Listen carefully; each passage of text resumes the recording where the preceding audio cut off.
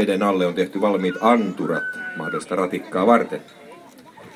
Ja tästä ei ole matkaa Tampereen keskustaan kuin 7 kilometriä. Ja nyt äskeisten puheiden pitäjät, eli pormestari Timo P. Nieminen. Minäpä tulen lähemmäs katsomaan, minä näen mitä täällä tapahtuu.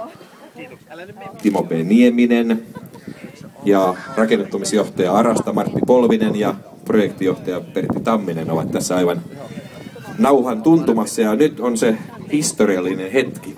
Ja pormestari itse on ensimmäisenä saksien kanssa vuorossa.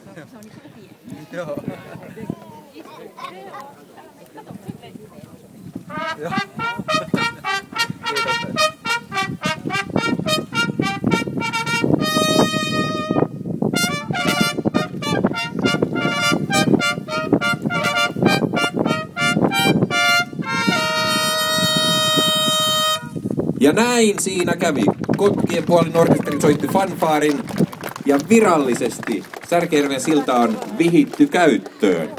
Tämä on fantastinen, tämä on mahtava historiallinen hetki, jonka kaikki me muistamme. Nämä sakset, jotka katkaisivat tuon symbolisen nauhan, ovat pienet sakset ihmiselle, mutta suuret sakset Tampereelle. Tätä Vuoris-hanketta on puskettu eteenpäin jo 12 vuotta ja nyt ollaan päästy vaiheeseen, jossa Vuoriksessa on jo asukkaita ja on tärkeä yhteys kaupunkiin päin saatu avattua. Tämä 12 vuotta eli tusina vuosia ei tarkoita sitä, että olisi tehty tusina tavaraa, ei todellakaan, vaan Vuoris on poikkeuksellisen huolellisesti suunniteltu ja mietitty.